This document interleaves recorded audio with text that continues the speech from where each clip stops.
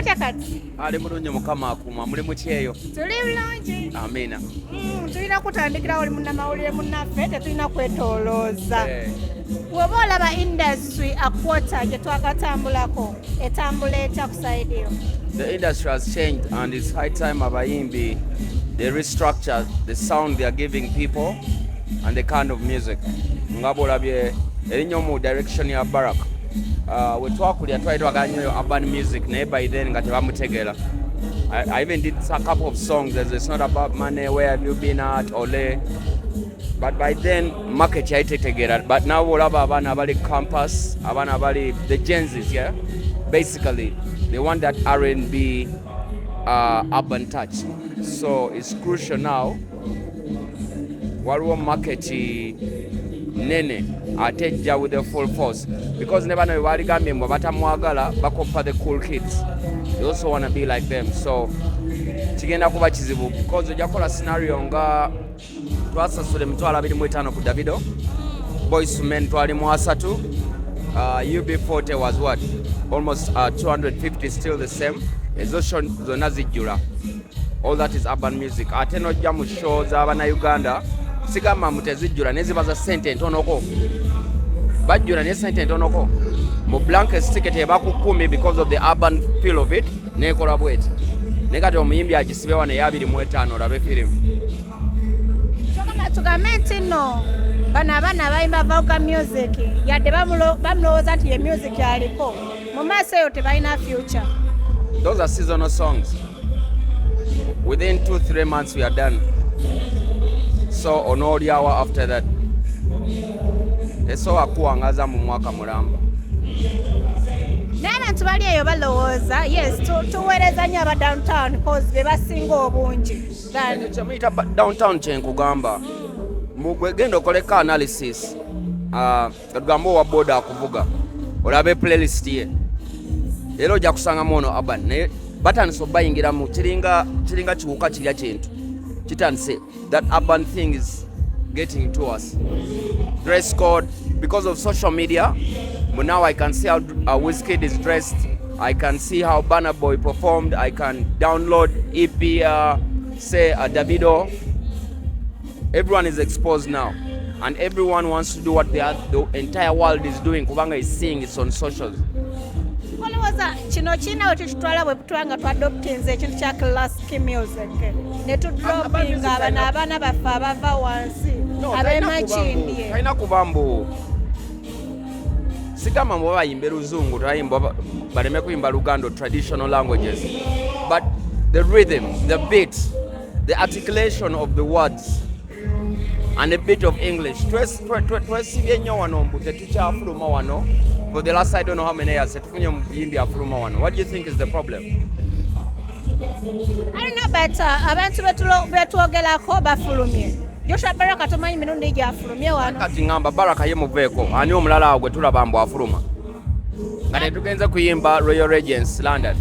Nga tetugenze Canada mu hall oba Germany mu hall. Ani omulala afuluma ku bakala yakatonize mu Otto Arena. Oba ffe wano ensi yonna tetuyimba. Oba ffe tebamanyi mbu gye tuli. Nega twali tusuubira BET award winner.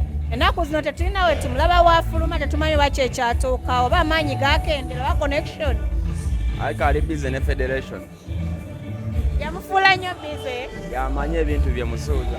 Okubeera international n'okubeera awane eno okubeera ku federation kyo ekisinga. Yagamba tuwaye yagikansoling. And I think omuyimbi atuuka age nga kyafaako ssente. Ebisigadde byonna alaba n'emyaka gy'asigazaawo n'ebyayiseemu n'agamba kati noonya ssente. Gundi ki gye yakansolinga trip? Yalina tuwaawo balika bagikomezaawo bukomi n'agikansolinga nga Fed yakatandika.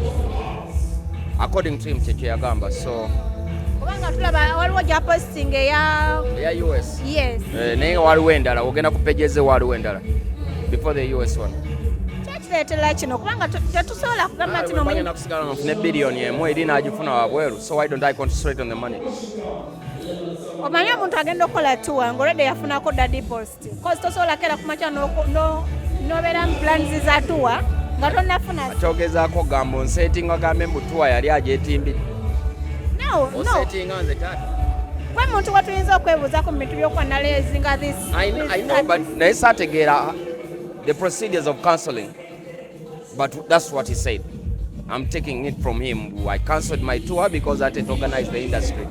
But I think it was the money. Balancing am no gamba. By the way, nga twogera about Eddy Kenzo, waliwo ebintu ebyafulumaawo ebyatambula nga mulina obutakkaanya naye kyekyatuukawo.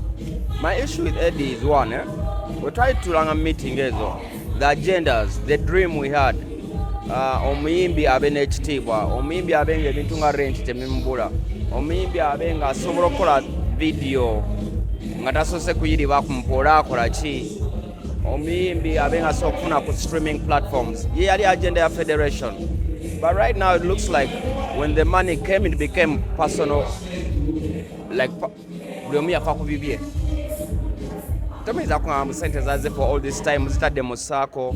Omanyi kye ngamba abantu kiriwo ekiti. Omuyimbi yenna worldwide waba ne ssente omanya. Bweba si mmotoka ajja kulinnyako akanyonyi, video ziba zijjira kumu. Kati nze omuntu ali analytic mu music industry. Osobola okulaba eyafunye n'ataafunye.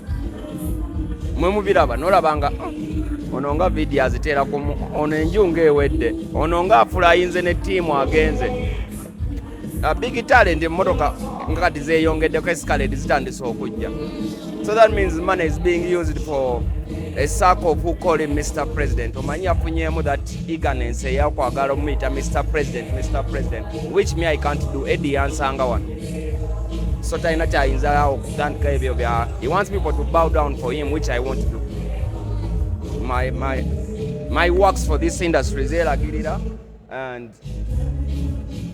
me, I just want the money to go to the right places, because we can't say a person like Who Is being like that.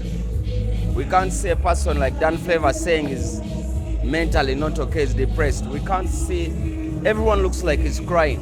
Looks like Terry Sentes are vibed. Zakare, tutula amazima togera amazima zaakola ki.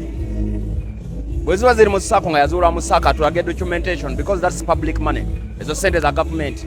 Bweziba nga ssaako gyeri mbu oyo gwe yawadde ebibiri, omulala yamuwa 15, omulala n'amuwa 5, alina baawe 10 abaaziganye, batulage mbu ono mu ssaako yalinamu zino. Teri muyimbi nawe ayinza kukwata sente n'aziteeka mu ssaako ate yeewole. Era teri muyimbi agenda kuwola miliyoni anaazisasule, agenda zijjawa. Omuyimbi wa Uganda agenda kujjawa miliyoni 5 okujja nga bagenda kuyimba mu campaign. Tuzikuwadde campaign ezinaatuuka bagambe zaawe ebbanja. Amazima tube realistic, muyimbi gwe wawadde miliyoni 10 agenda zijjawa. Naye abayimbi bangi balina abamukiririzaamu. Nanti abaalidde.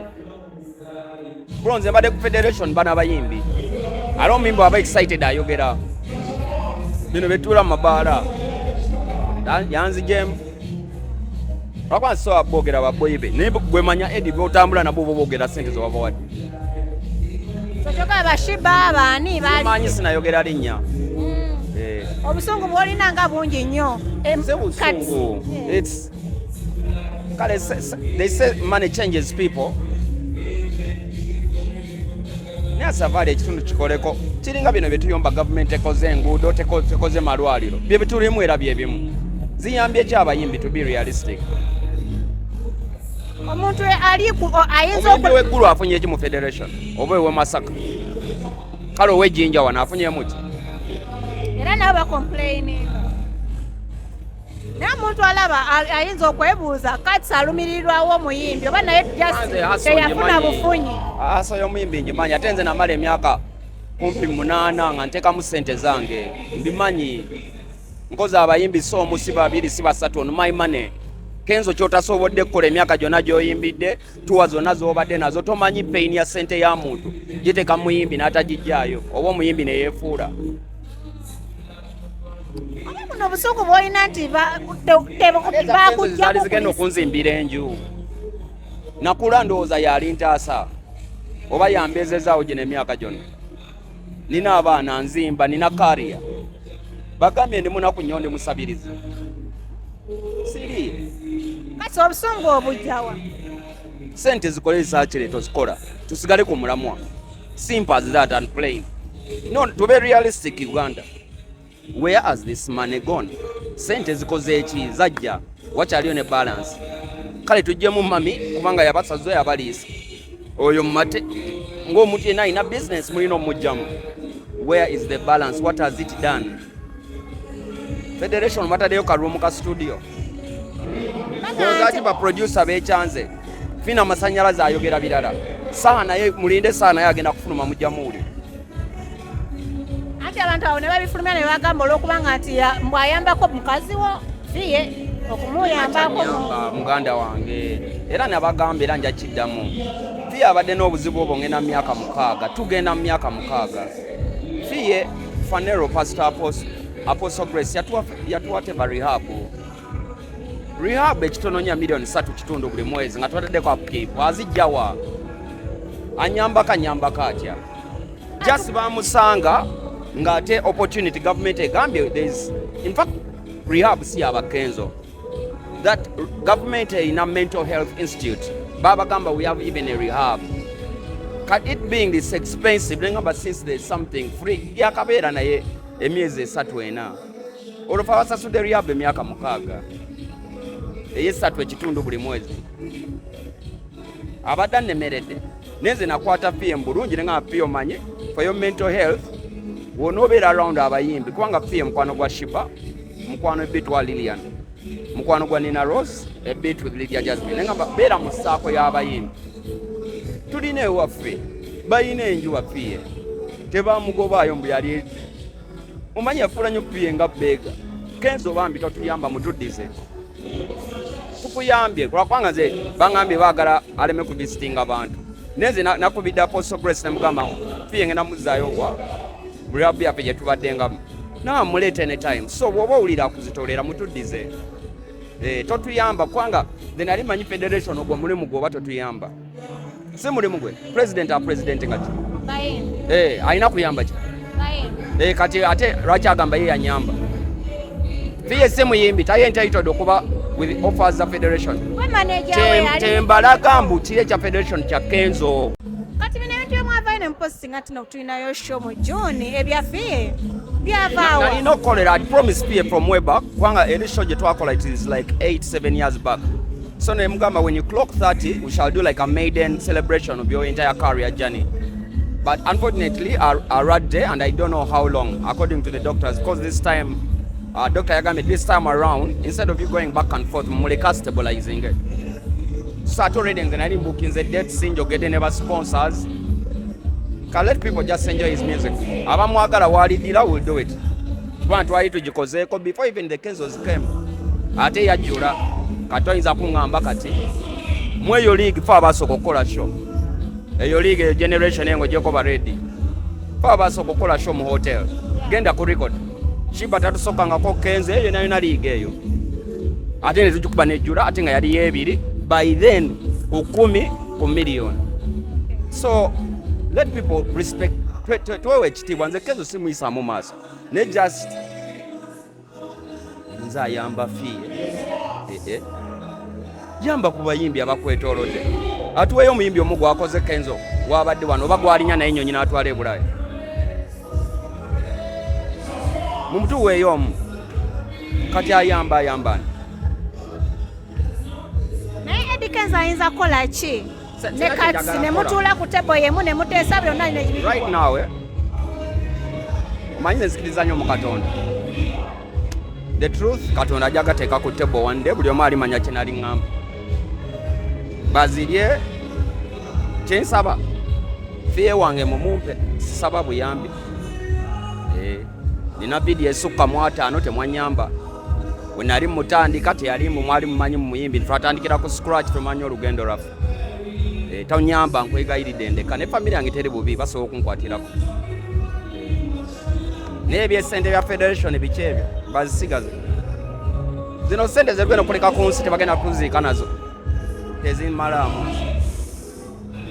teziyinza kumalamu even a second ate ogenda kola ki ogenda kulya gold ogenda kusula mugulu era ojja kwebaka ojja kulya ojja kusanga nze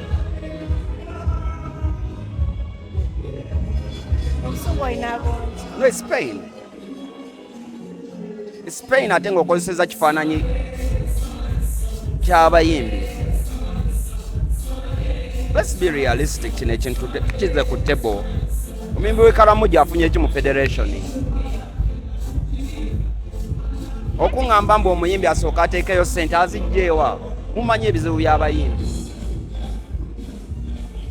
Ate abo bowadde miliyoni 10 baaziteekayo mutuulake paperwork. Mbw'onoonamuwa miliyoni 15 mu ssaako yali azitadde yatu. Naye gw'omanyi omuyimbi okuba na akawunti. Ku akawunti wano e Uganda ng'alina miliyoni 15 nga zaakuyimba. Mwongerako emu waba gyali. Bakamiliyoni baffe bayimbidde ebbanga tebaziweza. Omuyimbi nga wezijja wezikolebwa. Bw'aba talina nnyumba, alina mmotoka gy'ayagala, bw'aba talina vidiyo, alina abaana, alina famire, nga bwezijja bwezigenda. It's sad for us to save in this business. Twasigala. Ebikwotoledde bingi, it's hard to save. Era bw'olaba abayimbi abazimbyeko enju, manya oyo bakuyita kwerumya. Aba yasalawo naye. Muwe ekitiibwa. Banga batono babale tetuli bangi bayimbi ng'ogyeko ba Misaach eyo ligi y'abakamiri. Mweno era ndaga yalina y'akazimbe. Muwe respect. Omuyimbi w'ebiseera bino ayagala okwewola mu federation omwa amagezi ki? Amate muwola ssente mujja ziyimbira mu campaign temuna gye mugenda zijja. Genda zijja no mu campaign bakuyimbisa bya kibuli jangu okole wano jangu oyimbe eno gende eggulu osasula bbanji. Yo byatuve mazima. Miliyoni 10 omuyimbi agenda zijja. Mujja balaba ate tugenda mu next year but one tetuli wasi. Fena tutule tusaleko. Ekirungi abasinga batandise n'obiyimba mbalaba nga babo posting. Omanyi buli kivulu kyola posting nge mabbali eri waliyo white tents. Ng'abantu bakubyeko banenge mabbali eri waliyo bitente bino ebya white. Tebakulimba mbu alina bafaani bangi. Babatise. Ebyo nabyo bya government. Thank you so much.